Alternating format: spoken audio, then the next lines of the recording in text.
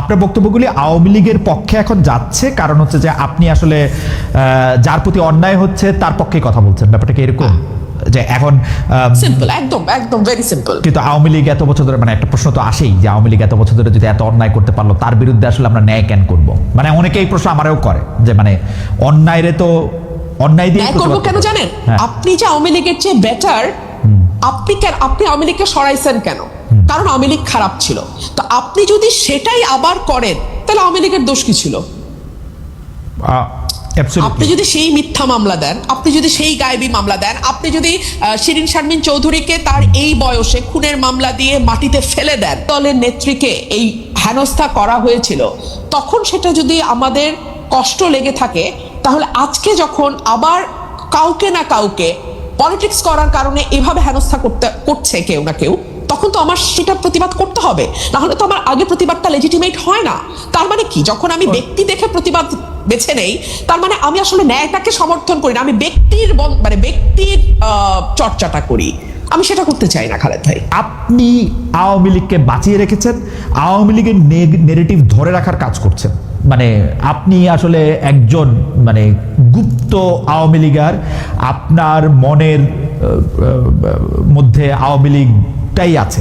যখন আওয়ামী লীগ আইসিতে ঢুকে আমি গিয়ে আওয়ামী লীগরে বাঁচাই না। হইলেন লাইফ সেভিং মেশিন, হইলেন লাইফ সেভিং মেশিন। আপনি তো সময় বিএনপি করতেন, সেজন্য আপনি বিএনপিকে বাঁচাইতে চেষ্টা করছেন। আপনি তো আওয়ামী লীগ করেন না, নাকি করেন? সেজন্য যখন আপনার প্রতিপক্ষের হাত থেকে তলোয়ার পড়বে, তখন তাকে আঘাত করা সবচেয়ে বড় কাপুরুষের কাজ।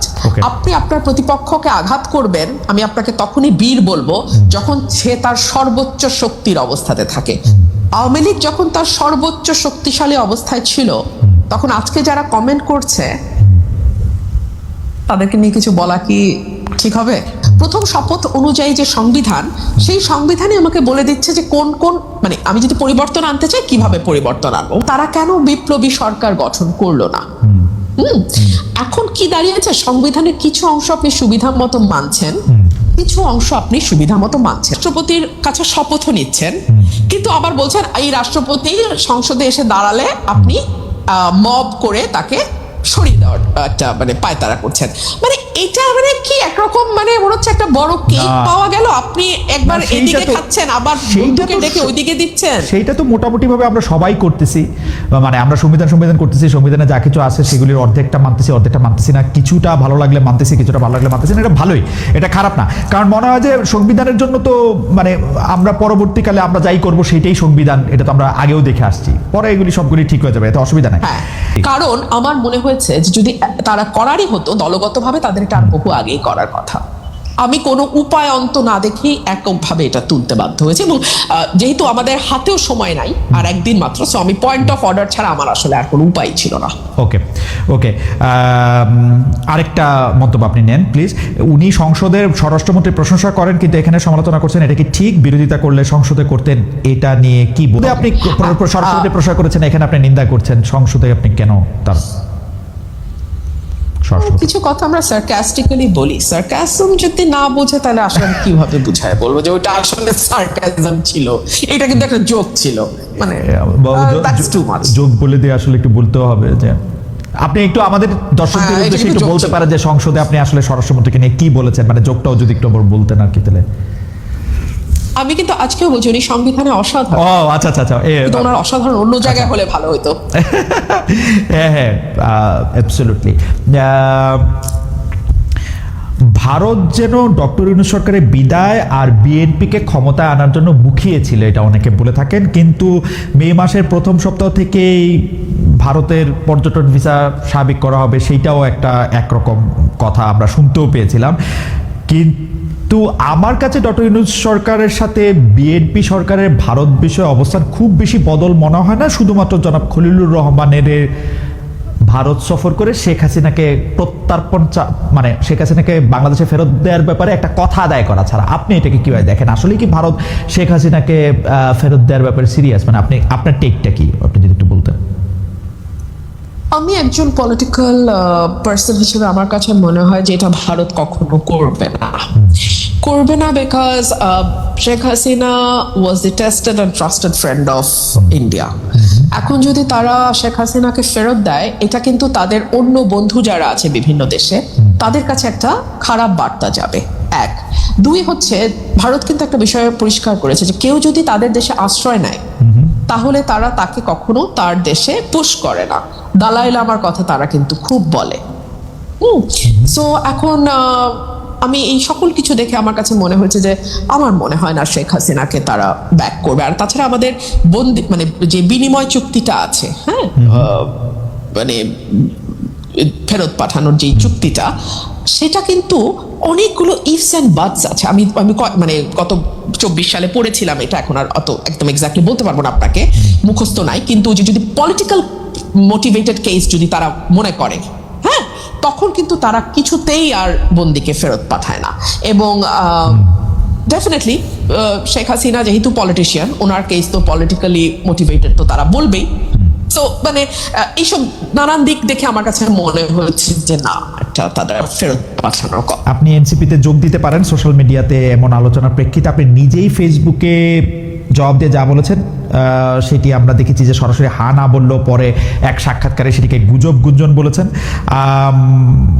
আপনার ফেসবুক পোস্টে আপনি ইংরেজিতে বিখ্যাত বাণী একটা করেছেন, যার বাংলা অনুবাদ অনেকটা এরকম হতে পারে: গুজব রটায় নিন্দুকেরা, ছড়ায় বোকারা, আর বিশ্বাস করে গাধারা। আপনার কাছ থেকে একটু শুনতে চাই যে স্পষ্ট এই ধরনের কোনো প্রস্তাব আপনার কাছে এসছে কিনা। দর্শকদের মধ্যে কেউ কেউ বলছেন যে আপনি আসলে এনসিপিতে গেলে একটা নতুন যুগের নতুন বন্দোবস্তের রাজনীতি আমরা দেখতে পেতাম। এই মুহূর্তে আমার কোনো দলেই যাবার কোনো রকম কোনো পরিকল্পনা নাই, কোনো দলেই না। একদম লাউড অ্যান্ড ক্লিয়ার, আমি আমার রাজনীতিটা at least for the time being, এই সময়ের জন্য আমি আমার মতো করে করতে চাই।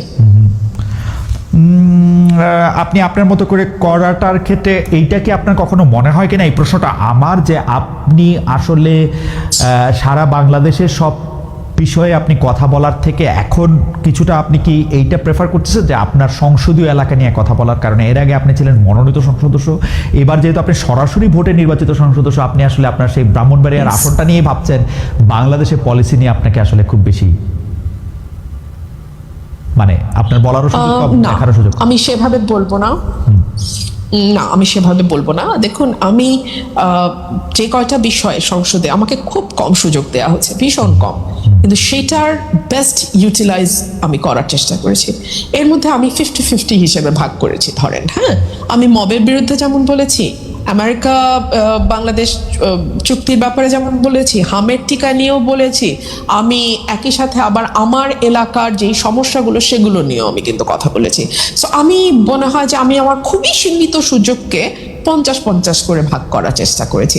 আর আমার এলাকার প্রতিটা ভোটার 5 লক্ষ ভোটার আমার এলাকায়, খালেদ ভাই, আমি যদি সত্যিকার অর্থে মানে অন্তরের অন্তঃস্থল থেকে তাদের মানে যদি কারো প্রতি কৃতজ্ঞ থেকে থাকে, আমি আমার ভোটারদের প্রতি কৃতজ্ঞ। তারা আমার সকল অসম্মান, সকল অবহেলা, সকল আমি কি বলবো অন্যায়, এবং অন্যায় যেটা হয়েছে সেটার জবাব আমার এলাকার মানুষ দিয়েছে, আমাকে ভালোবেসে, আমার পাশে দাঁড়িয়ে। এবং পুরো ভোটের সময়টা তারা যে কিভাবে আমার পাশে ছিল, শ্রম দিয়ে, অর্থ দিয়ে, আমার মনের জোর দিয়ে, কারণ সবাই বহিষ্কার হয়েছে, 200-র উপরে বহিষ্কার হয়েছে। বিশ্বাস করেন, একটা কর্মী যদি এসে আমাকে বলতো আপা বহিষ্কার হয়েছি, মনটা খারাপ, আমি ভেঙে যেতাম। এই একটা ছেলেও আমাকে বলেনি আপা মন খারাপ। সো ওদের এই ঋণ আমি কিভাবে শোধ করব? ওদের ঋণ আমাকে শোধ করতে হবে তো না, বাকি জীবন আমি ওদের ঋণ শোধ করবো। আপনার আলাদা কোনো একটা দল গঠন করা বা ওরকম কোনো কিছু করার, একটা তৃতীয় শক্তি, তৃতীয় পক্ষ হওয়ার এরকম কোনো ইচ্ছা এই মুহূর্তে বা পরিকল্পনা এই মুহূর্তে আপনার নাই? সময় বলবে, সময় বলবে, সময় বলবে। আচ্ছা, একজন দর্শক সায়েম খান, উনি এতক্ষণ বলছিলেন যে খালেদ মহিউদ্দিন দুর্নীতি করছেন, তারপর বলছেন যে পাঠকদের সঙ্গে দুর্নীতি করছেন, এখন বলছেন যে খালেদ ভাই দর্শকদের কমেন্ট পড়তে ভয় পাচ্ছেন। ঠিক আছে, আমি আর আরেকজন দর্শক উনি বলেছেন যে খালেদ ভাই গুপ্ত আওয়ামী লীগ রুমিন ফারহানাকে আইনের আওতায় আনাতে হবে সরকারকে, খালেদ ভাই রুমিন ফারহানাকে জানিয়ে দেন। ঠিক আছে, জানালাম, থ্যাংক ইউ।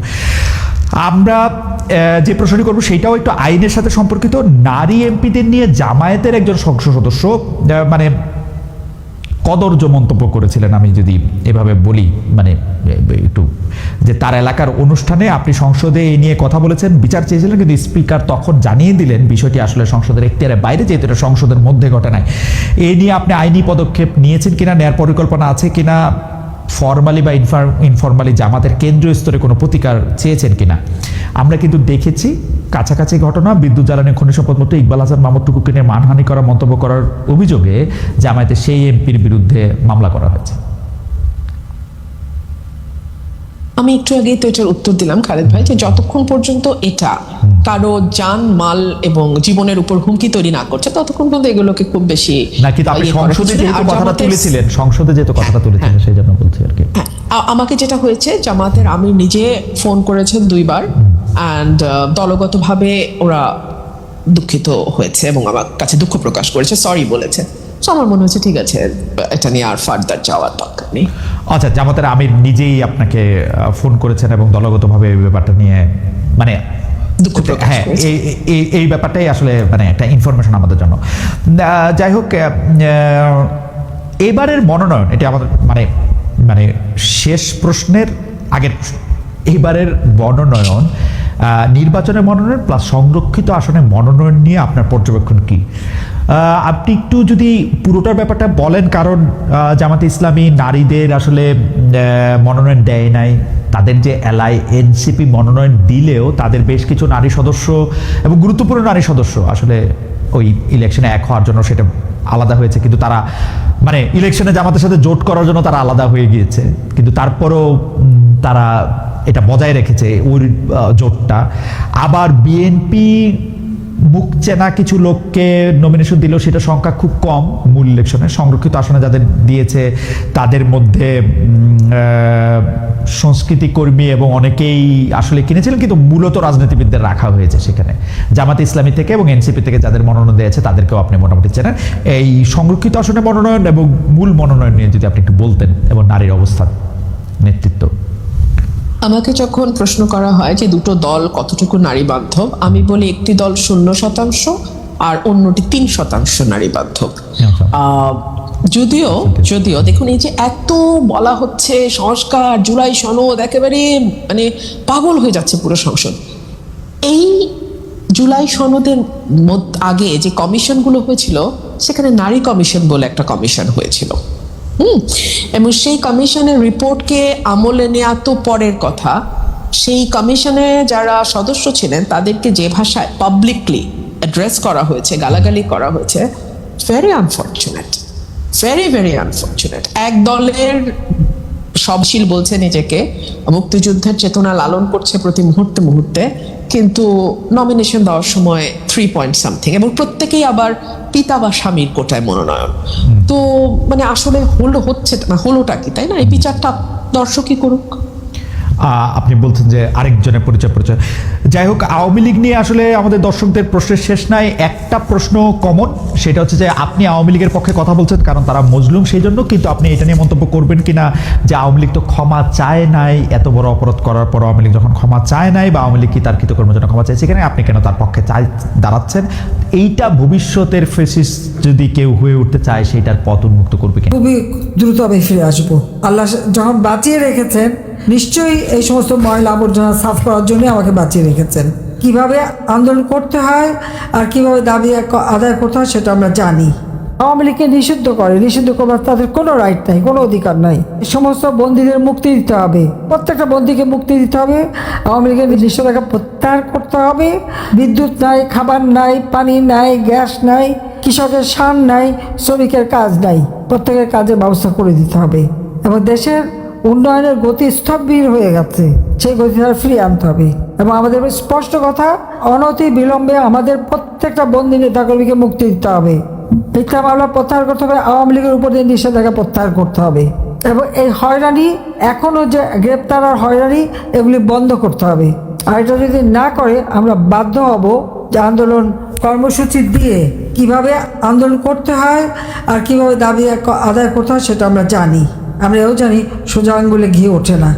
কাজে আজকে বসে বসে তারা ঘি খাবে আর বাংলাদেশের মানুষ না খেয়ে মরবে, এটা আমরা বরদাস্ত করব না।